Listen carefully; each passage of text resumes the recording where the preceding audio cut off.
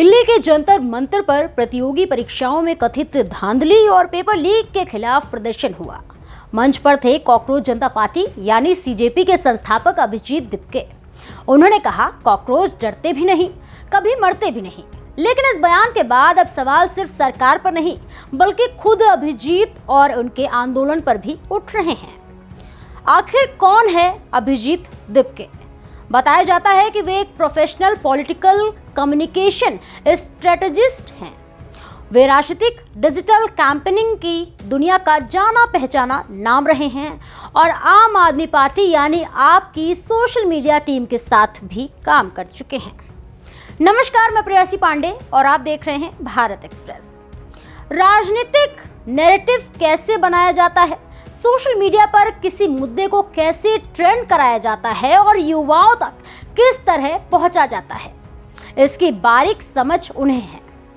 यहीं से सबसे बड़ा सवाल खड़ा होता है, क्या जंतर मंतर पर दिखाई दे रहा यह आंदोलन पूरी तरह छात्रों का आंदोलन है या फिर एक बेहतरीन तरीके से डिजाइन किया गया डिजिटल पॉलिटिकल कैंपेन है? कॉकरोच जनता पार्टी नाम भी अजीब और इसका स्लोगन उससे भी ज्यादा चौंकाने वाला।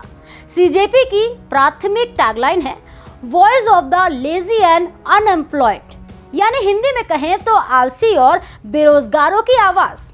लेकिन यहाँ सवाल यह है कि क्या देश के करोड़ों प्रतियोगी छात्र खुद को आलसी और बेरोजगार कहलाना पसंद करेंगे?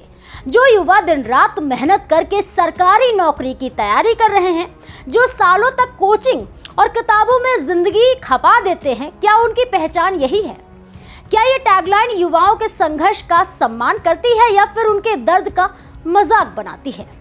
अभिजीत दिपके आज छात्रों की आवाज बनने का दावा कर रहे हैं, लेकिन अगर उन्हें युवाओं के भविष्य की इतनी ही चिंता थी तो जब वे राजनीतिक कम्युनिकेशन और सत्ता के करीब माने जाते थे तब उन्होंने छात्रों के लिए कौन सी बड़ी जमीनी लड़ाई लड़ी? देश में पेपर लीक के मुद्दे आज पैदा नहीं हुए हैं। वर्षों से भर्ती परीक्षाओं पर सवाल उठते रहे हैं। लाखों छात्र सड़कों पर उतरे, कई ने अदालत का दरवाजा भी खटखटाया। तब अभिजीत दिपके कहां थे? आज सोशल मीडिया पर लाखों करोड़ों व्यूज और फॉलोअर्स मिल रहे हैं, लेकिन क्या सोशल मीडिया की लोकप्रियता ही किसी आंदोलन की सच्चाई तय कर सकती है? आलोचकों का कहना है कि डिजिटल कैंपेन और जमीनी संघर्ष में बहुत ज्यादा फर्क होता है। ट्रेंड चलाना आसान है, लेकिन व्यवस्था बदलने के लिए लगातार काम करना पड़ता है। सीजेपी खुद को व्यंग्यात्मक राजनीतिक आंदोलन बताती है, लेकिन जब यही व्यंग वास्तविक छात्रों के आंदोलन का चेहरा बनने लगे तब सवाल पूछना भी जरूरी हो जाता है। क्या युवाओं की भावनाओं को एक ब्रांड में बदला जा रहा है?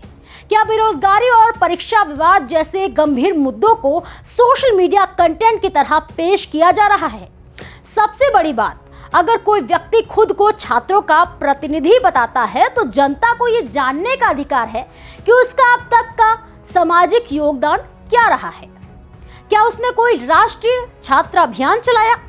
क्या उसने परीक्षा सुधार के लिए कोई ठोस पहल की है?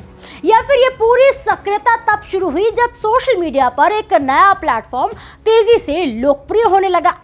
जंतर मंतर का प्रदर्शन अपनी जगह है, छात्रों की समस्याएं भी वास्तविक हैं और उन पर जवाब भी बनता है, लेकिन उतना ही जरूरी ये भी है कि जो लोग युवाओं के नाम पर नेतृत्व का दावा कर रहे हैं वे खुद भी सवालों से बच ना सके, क्योंकि देश का युवा सिर्फ नारे नहीं जवाब चाहता है, सिर्फ वायरल वीडियो नहीं ठोस समाधान चाहता है।